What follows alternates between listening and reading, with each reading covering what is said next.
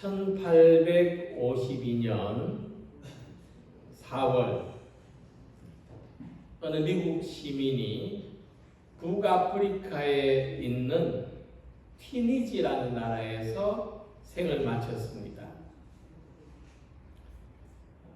그리고 그가 죽은 지 31년 만에 미국 정부는 그의 유해를 본국으로 송환해 갔습니다. 도대체 어떤 사람이길래 31년 후에, 죽은 지 31년 후에 정부에서 그의 유해를 가져갔을까요?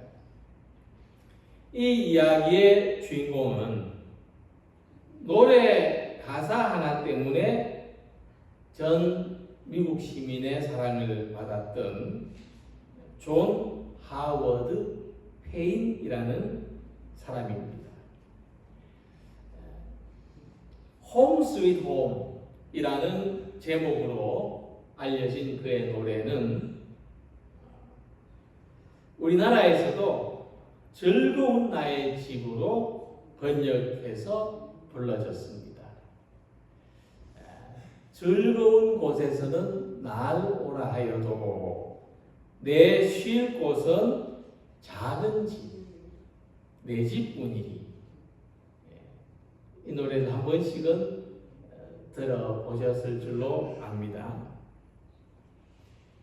근데 참 모순적인 것은 이 전 세계인의 심금을 울린 이 가사를 쓴 페인에게는 그렇게 행복하고 소중한 가정이 없었다는 겁니다.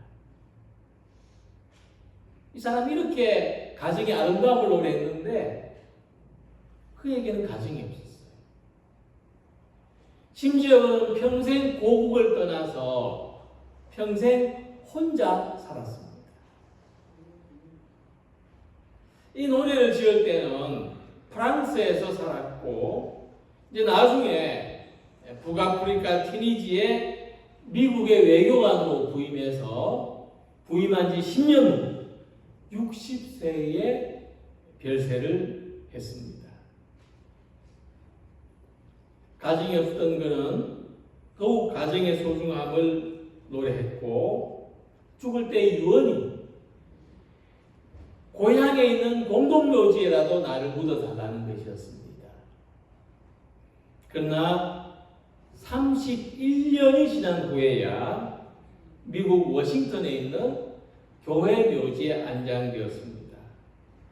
생전에는 가족이 없었던 그였지만 죽은 후에야 그를 추모하는 수많은 사람들이 그의 소중한 가족이 되었습니다. 자, 살면서 이 가정이 참 소중하다는 것을 느껴보지 않은 사람은 얼마나 되겠습니까? 함께 읽은 말씀에서도 예수님은 우리에게 가정이 참 소중하다는 것을 말씀해 주십니다. 오늘 본문을 보면 이 바리새인이 예수님을 시험할 목적으로 질문합니다. 그 질문의 내용은 이었습니다. 이유만 있다면 남편이 아내를 버려도 되겠습니까? 바리새인들이 예수께 나와 그를 시험하여 이르되 사람이 어떤 이유가 있으면 그 아내를 버리는 것이 옳으니까? 자, 그들이 예수님을 시험하는 질문 속에는 어떤 전제가 있냐 하면은 이 아내는 살다가 버릴 수 있는 존재다 하는 그런 마음이 있었습니다. 살다가 아내는 버릴 수 있다. 오늘날에는 그 반대의 일도 있습니다. 살다가 남편은 버릴 수 있다. 자, 하지만 우리 예수님 말씀에서 가정은 무엇보다 소중한 공동체라는 것을 발견할 수가 있습니다. 근데 이 소중한 공동체에도 위기는 존재합니다. 사회적으로 유명한 사람들의 가정이 재산 때문이든지 배우자의 외도, 성격이나 가치관의 차이로 파괴되는 것을 거의 날마다 매스컴에서 전해 듣습니다. 더구나 이런 사례들을 볼 때 참 가정이 소중하고 잘 지켜야 되겠다는 그런 마음을 심어주기보다 우리도 언제든지 이렇게 될 수 있다는 정당성을 심어주기 때문에 오히려 사회적으로 더 문제가 아닌가 생각을 합니다. 그래서 예수님은 하나님의 말씀을 근거로 우리의 가정과 가족들은 참으로 소중하며 우리는 이 소중한 것을 잘 지키면서 살아야 된다는 것을 교훈해 주시는 것입니다. 자, 그러면 가정이 왜 소중하냐? 먼저 가정은 하나님께서 창조하신 소중한 공동체라는 것을 말씀합니다. 즉 가정이 소중한 것은 그 가정을 이루는 가족들이 소중한 사람들이기 때문입니다. 자, 이 가족들이 왜 소중하냐? 하나님께서 창조하셨기 때문이죠. 모든 것의 시작을 이야기해주는 창세기를 보면 이 가정은 하나님께서 사람을 남자와 여자로 창조하신 것에서 비롯됩니다. 그 4절 말씀에 사람을 지으시니가 본래 그들을 남자와 여자로 지으시고 라고 했습니다. 그 가정을 이루는 가장 소중한 원리가 뭐냐 하면 가정의 구성원은 뭐 누구든지 남편이든지 아내든지 뭐 자녀든지 부모든지 이 가정의 구성원은 하나님께서 창조하셨다는 겁니다. 뭐 부모가 있기 때문에 그 사이에서 자녀가 태어난다는 것은 당연한 이야기지만은 근데 더 근원적으로 우리는 하나님이 창조하신 생명이라는 것이 더 근원적이고 우선적입니다. 왜냐하면 이 생명이라고 하는 것은 부모가 자식을 낳는다 할지라도 뭐 내가 성별을 마음대로 정할 수 없습니다. 또 생긴 모양도 우리 뜻대로 설계할 수가 없습니다. 뭐 요즘은 이제 뭐 낳은 후에도 뭐 성형을 하긴 합니다만은 낳을 때는 그렇게 할 수가 없는 거죠.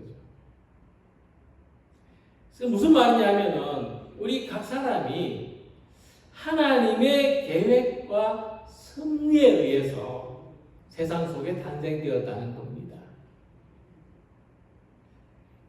하나님의 손길로 만들어진 개별적이고 특별한 존재들이라고 하는 것입니다. 그러니까 외모나 뭐 성격, 마음과 생각, 경험, 한 가족이라도 심지어 쌍둥이라도 어느 누구라도 나하고 똑같은 사람이 없습니다. 자, 이 개별적인 것이 굉장히 중요한데 하나님은 뭐 그냥 붕어빵 찍어내듯이 일괄적인 틀에 넣어서 사람을 만들어내신 것이 아니라 한 사람 한 사람 완전히 성경에 그대로 말하면 핸드메이드로 한 사람 한 사람 정성껏 창조하셨습니다. 이게 무슨 이야기냐면은 우리는 다른 사람을 자기의 자녀라고 할지라도 내 뜻대로 되게 할 수 없다는 겁니다. 자녀는 물론이고 남편과 아내, 남자와 여자는 더욱 그렇고 가족 외에 다른 사람은 더더욱 그렇습니다. 나와 똑같은 생각을 하고 똑같은 행동을 하게 할 수 없습니다. 아예 그러려고 하지 말아야 됩니다. 오히려 우리는 그 다른 모습들을 존중하고 받아들일 때 하나님의 뜻 안에서 조화롭고 평화롭게 지낼 수가 있습니다. 내 뜻대로 바꾸려고 하기보다 존중하고 받아들이는 것이 더 중요합니다. 그래서 예수님은 하나님이 사람을 지으실 때 남자와 여자로 지으셨다 구별해서 말씀하십니다. 사람은 다 다르지만 특히 남자와 여자는 더 다르다고 말씀하십니다. 그러니까 이 존 그레이라는 사람이 오죽하면 제목을 썼는데 책 제목이 화성에서 온 남자, 금성에서 온 여자입니다. 우리는 각자 다른 별에서 왔다는 거예요.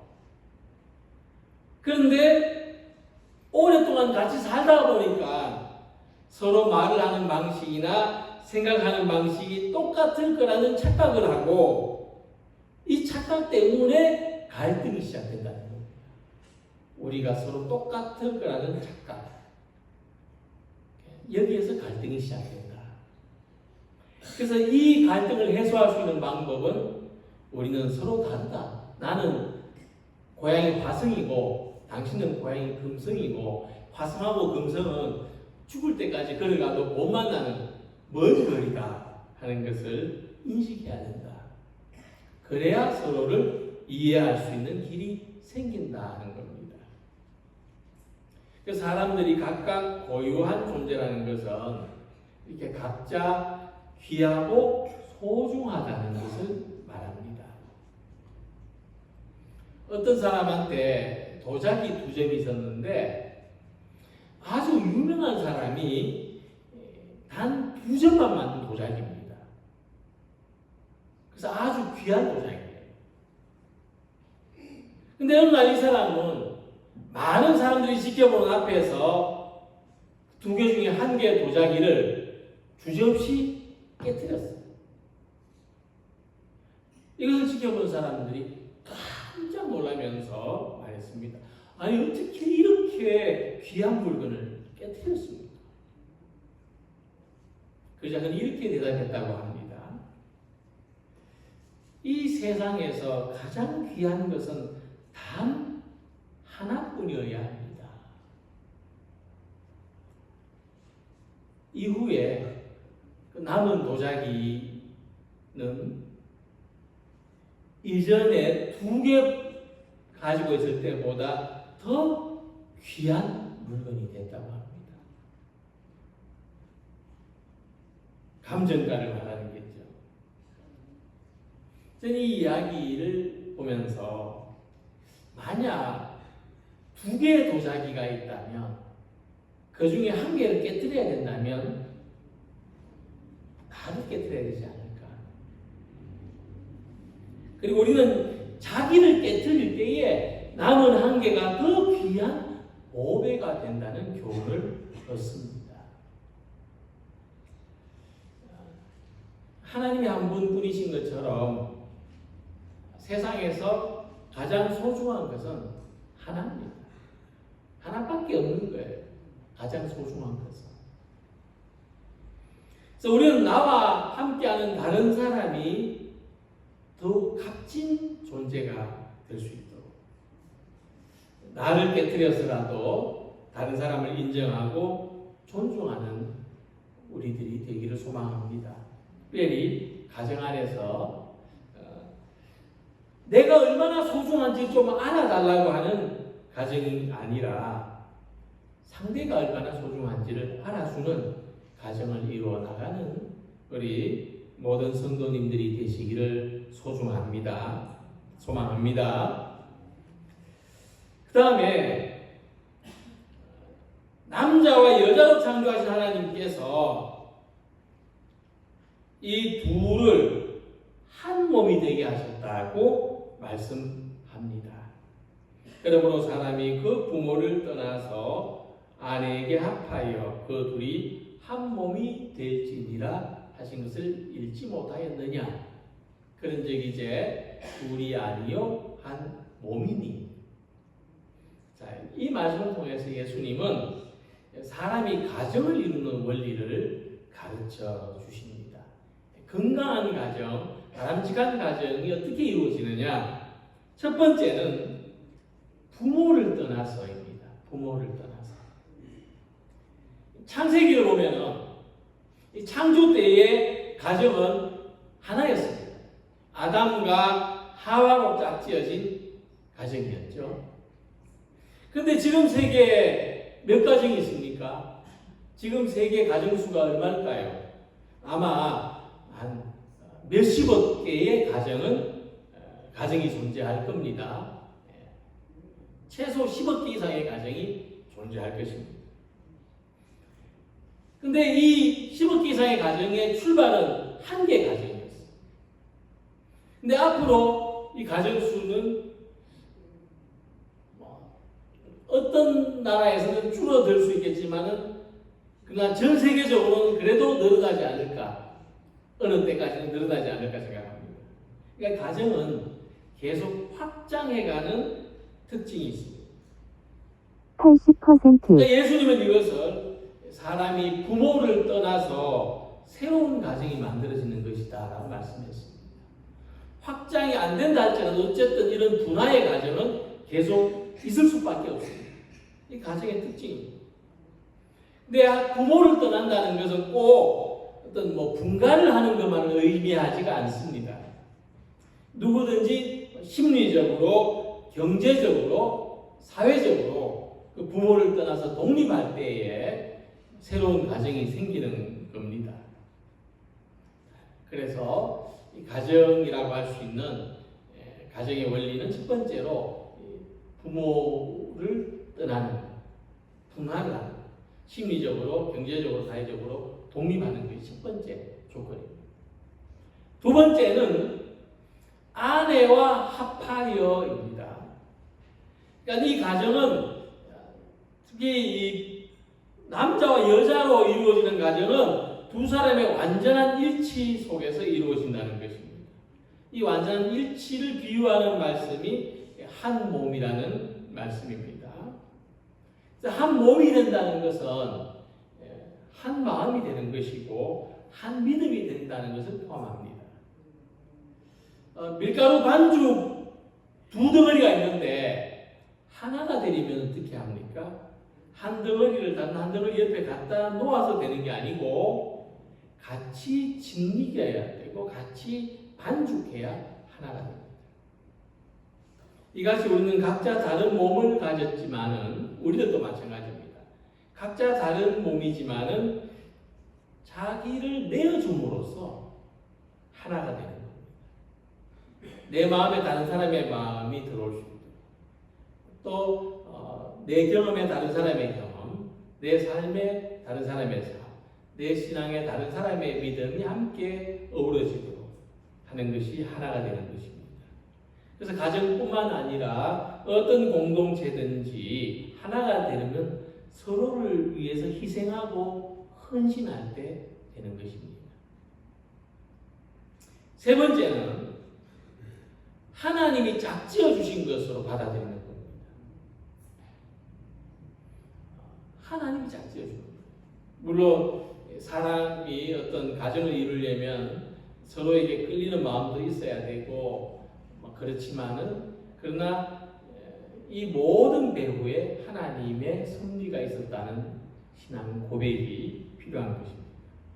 창세기 2장 18절 보면 하나님이 아담을 창조하시고 하와를 짝지어 주실 때 이렇게 말씀하십니다. 사람이 혼자 사는 것이 좋지 아니하니 내가 그를 위하여 돕는 배필을 지으리라. 그러니까 하나님께서는 일부러 짝지어 주셨습니다. 일부러 목적을 가지고 아담에게 하와를 짝지어 주셨습니다. 어떤 목적이냐면 돕는 배필을 되게 하십니다. 돕는 배필을 위하여입니다. 이 돕는 존재가 되도록 짝지어 주셨다는 것입니다. 이것은 꼭 어떤 결혼을 교훈으로 하시는 말씀이라고 할 수 없는 것이 사람과 사람의 모든 관계가 이런 원리로 이루어져야 됩니다. 가족뿐만 아니라 직장의 동료, 교회 성도들, 이웃들, 이 모두가 하나님이 만나게 해주신 관계로 받아들이는 것인데 서로 돕기 위해서입니다. 서로 돕는 존재가 되도록 만나게 해주신 것입니다. 특히 하나님께서 창조하신 공동체 가운데 가족들이 서로를 돕는 것은 대단히 중요하죠. 부부 사이에서 돕는 것을 외조한다, 내조한다 이렇게 표현합니다. 이보다 더 귀하고 중요한 것은 서로에게 영적인 도움을 주는 것인데 히브리어를 보면은 이 배필이라고 하셨는데 이 배필이라는 의미는 구원자라는 뜻입니다. 우리말로 번역해서 돕는 배필을 지으리라 이렇게 번역이 되는데 히브리어 원어 뜻을 살려서 번역하면 그를 위하여 돕는 구원자를 지으리라 이렇게 번역이 됩니다. 그러니까 하나님은 아담을 구원하시려고 하와를 짝지어 주셨고 하와를 구원하시려고 아담을 짝지어 주신 것이 가정을 구성하게 하신 원리고 뜻입니다. 그래서 우리가 성경을 볼 때 아담과 하와가 서로를 구원하기 위해서 좋은 역할을 했다면 뱀의 유혹에 넘어가는 일은 없었을 것입니다. 그런데 아담과 하와는 서로의 구원을 위해서 좋은 역할을 하지 못했습니다. 자기 역할을 하지 않았습니다. 그 결과로 두 사람은 분열되었고 고통을 겪게 됐습니다. 특히 교회는 예수님과 영적인 결혼을 이룬 가정으로 비유됩니다. 우리는 이 영적인 가정 안에서 서로를 돕는 가족들이 되어야 하는 것입니다. 그래서 우리는 무엇보다도 서로의 구원을 돕는 영적인 도움을 주는 가족들이 되시기를 소망합니다. 하나님 섬기는 생활을 잘 하도록 서로를 도우시고 또 한 사람이 지치면 다른 한 사람은 돕는 기도를 하고 한 사람이 넘어지면 또 다른 한 사람이 잘 일으켜줘서 구원의 복된 길을 잘 가도록 돕는 영적인 가족들이 되시기를 소망합니다. 그리고 예수님은 우리의 가정이 이렇게 소중하고 우리가 이 가정에 대한 배필에 대한 서로에 대한 책임과 사명감을 가져야 된다고 했습니다. 그랬더니 제자들이 이렇게 말했어요. 만일 사람이 아내에게 이같이 할진대 장가들지 않는 것이 좋겠나이다. 풀이를 하면 가정을 이루는 게 이렇게 부담되고 책임이 따르는 일이라면 차라리 장가 안 들고 혼자 살겠습니다. 공동체, 교회 신앙생활이 이렇게 힘드는 거면, 이렇게 서로 책임져야 되는 거면 나 교회 안 나가고 혼자 신앙생활 할래. 나 사람들하고 굳이 어울리거나 친구가 안 되고 그냥 나 혼자 하나님 잘 믿으면 안 됩니까? 이런 질문을 한 거예요. 그러니까 예수님의 말씀이 어쨌든 당시의 남자들에겐 상당히 부담이었을 거라는 추측을 해볼 수가 있습니다. 그러니까 요즘도 어떤 이런 부담 때문에 비혼주의, 난 결혼 안 하고 살겠다는 비혼주의 청년들이 많이 있는 것도 사실이죠. 그래서 예수님은 차라리 혼자 사는 것이 낫겠다는 제자들에게 이렇게 말씀하십니다. 천국을 위하여 스스로 된 고자도 있도다. 이 말을 받을 만한 자는 받을지어다. 즉 예수님은 사람이 가정을 이루어서 혼자 사는 것이라든지 그리고 또는 혼자 가정을 이루어 사는 것도 또는 혼자 사는 것도 뭐 그것이 어쩔 수 없는 상황이라든지 선택이라든지 그럴 때에도 내게 어떤 유익이 있느냐를 따지기 이전에 하나님의 나라를 생각하라. 가정을 이루는 것도 혼자 사는 것도 사람의 모든 삶은 하나님 나라를 위해서 사는 것이다. 이렇게 우리 삶에 아주 높은 목적이 있다는 것을 말씀해 주셨습니다. 우리가 혼자 사느냐 둘이 사느냐가 중요하거나 무엇을 먹느냐 무엇을 입느냐가 중요한 것이 아니라 먼저 그 나라와 그 의를 구하는 것이 중요하다. 이렇게 말씀하신 것이 예수님의 가르침입니다. 그래서 우리 가운데는 결혼을 해서 가정을 이룬 사람들이 있고 또 배우자와 사별하거나 또 다른 이유로 가정에서 자유하게 된 사람들도 있고 또 아직 가정을 이루지 않은 사람들도 있고 여러 가지의 형편이 있는데 가장 중요한 것은 먹든지 마시든지 무엇을 하든지 하나님의 영광을 위하여 하는 것이 가장 중요합니다. 그래서 가정을 이루는 것도 혼자 사는 것도 하나님의 영광을 추구하는 목적 안에 있어야 된다.